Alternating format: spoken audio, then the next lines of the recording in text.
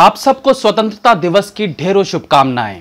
बॉलीवुड हमारे देश की एक ऐसी इंडस्ट्री है जहां नाम, शोहरत और पैसा सब कुछ मिलता है, लेकिन एंड ऑफ द डे ये एक एंटरटेनमेंट इंडस्ट्री ही है और कोई भी इंडस्ट्री देश और हमारे कल्चर से बड़ी नहीं हो सकती, क्योंकि सबसे पहले देश आता है, फिर कला, कलाकार और बाकी सब चीज।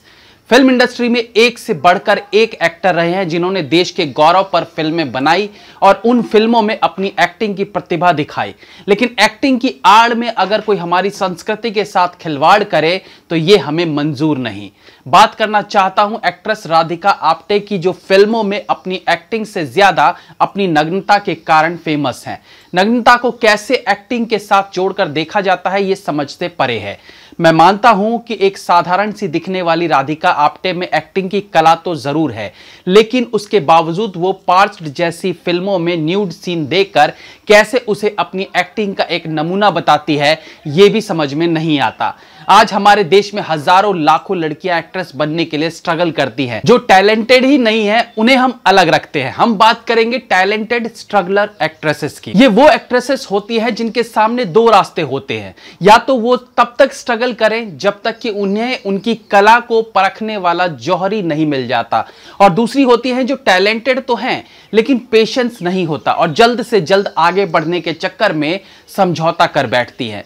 अब आते हैं राधिका आप्टे जैसी एक्ट्रेसेस पर, जो गुणी भी है लेकिन उसके बावजूद और ज्यादा लाइमलाइट पाने के चक्कर में वल्गर सीन्स को टैलेंट का नाम देकर इंडस्ट्री में न्यूड सीन्स देने में भी परहेज नहीं करती। अब यहां पर भी ऐसे लोगों की कमी नहीं है जो एक्टिंग को सर्वोपरि समझते हैं और उनका मानना है कि वल्गैरिटी भी एक तरह की कला है, लेकिन ये कहां तक सच है ये हमें समझने की जरूरत है। एक बड़ी एक्ट्रेस, कामयाब एक्ट्रेस न्यूड सीन देकर उसे एक्टिंग का एक नमूना बताती हैं तो उन्हें समझना होगा कि कोई भी न्यूडिटी न्यूडिटी ही होती है, वल्गैरिटी वल्गैरिटी ही होती है, फिर चाहे उसे आप किसी भी रूप में सामने लाने की कोशिश करो। हमारे देश का एक विशाल इतिहास रहा है जहां शर्म होया एक महिला के गहने जैसा होता है जिसे वो बहुत संभाल कर रखती है। मुझे यह भी पता है कि हमारे देश में ऐसी फेमिनिस्ट्स की कमी नहीं है जो नग्नता, धूम्रपान करना और मदिरापान को औरतों की आजादी समझती है और सिर्फ अपने आप को पुरुषों के बराबर दिखाने के चक्कर में इन सब चीजों का सहारा लेती है। लेकिन क्या इस नकली फेमिनिज्म को ही वुमेन एम्पावरमेंट कहा जाना चाहिए? क्या खुद को पुरुषों से बेहतर बताने का केवल यही तरीका है? ओलंपिक्स में मेडल जीतकर क्या लड़कियां पुरुषों को नहीं पछाड़ रही हैं? क्या वो फेमिनिज्म दिखाने का एक तरीका नहीं है? कला की आड़ में नग्नता परोसने को राधिका आप्टे जैसी एक्ट्रेस कैसे जस्टिफाई कर सकती है? दूसरा, जो उन्होंने बयान दिया कि आजकल फिल्मों में ओवर पैट्रियोटिज्म दिखाया जाता है। देखिए, फिल्मों में अगर पैट्रियोटिज्म ओवरलोडेड दिखा भी दिया जाए तो क्या फर्क पड़ता है? हाँ, एक फिल्म क्रिटिक के नजरिए से देखें तो हो सकता है आप स्क्रिप्ट में कमियां निकालने लगे, लेकिन जैसे कि मैंने पहले ही कहा कि कला कलाकार से ऊपर देश है। ओवर है तो इसमें गलत क्या है? एटलीस्ट सारे कपड़े उतार के कला प्रदर्शन के नाम पर देह प्रदर्शन तो नहीं हो रहा है ना। यह मुद्दा इसलिए भी उठता है कि जब राधिका आप्टे जैसी अच्छी एक्ट्रेस नग्नता को कला के नाम पर बढ़ावा देंगी तो एक वक्त आएगा जब ये सब कुछ बहुत नॉर्मल सा लगने लगेगा आपको, क्योंकि समय के साथ हम सब कुछ एक्सेप्ट करने लगते हैं। आज जो हमें नग्नता लग रहा है कल ये आम हो जाएगा, जो हम नहीं चाहते। सांप के काटने से पहले उसके फन कुचल देने से जान बच सकती है। आज राधिका आप्टे जैसी एक्ट्रेस जो अंग प्रदर्शन के भरोसे इंडस्ट्री में जगह बनाने की कोशिश में लगी है, क्या वो आने वाली पीढ़ियों को बर्बादी की तरफ नहीं धकेल रही है?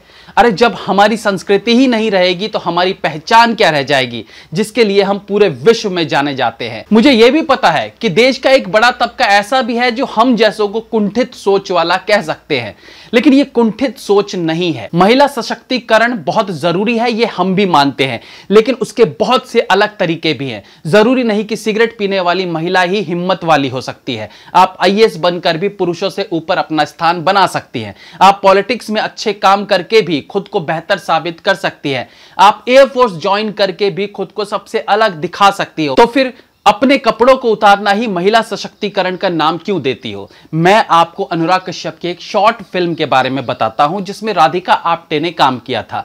इस शॉर्ट फिल्म में राधिका आप्टे एक आम सी लड़की है जो रोज बस से जॉब पर जाती है और रास्ते में उसे कुछ गुंडे रोज छेड़ते हैं। एक साधारण सी लड़की जो इन गुंडों से घबराई रहती है, उन्हें जवाब नहीं दे पाती है और रोज उसे गुंडों की छेड़खानी सहनी पड़ती है। फिर एक बार उसकी मुलाकात एक और लड़की से होती है जो राधिका आप्टे की तरह सादा सा सूट नहीं पहनती, बल्कि जीन्स पहनती है, शर्ट पहनती है और सिगरेट पीती है।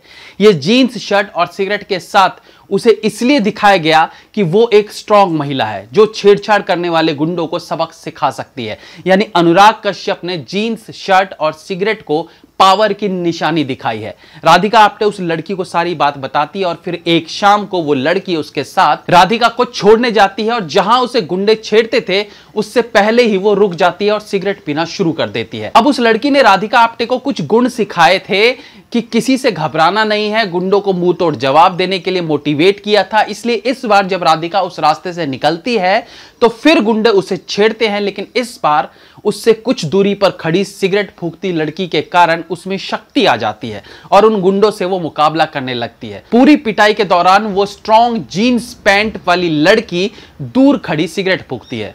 पहली नजर में आपको लगेगा वाह, लड़की ने क्या खूब जवाब दिया, क्या मुकाबला किया गुंडों से। लेकिन असल में अनुराग कश्यप ने दिखाया क्या? उसने दिखाया कि साधारण सी सूट पहनने वाली लड़की कमजोर होती है।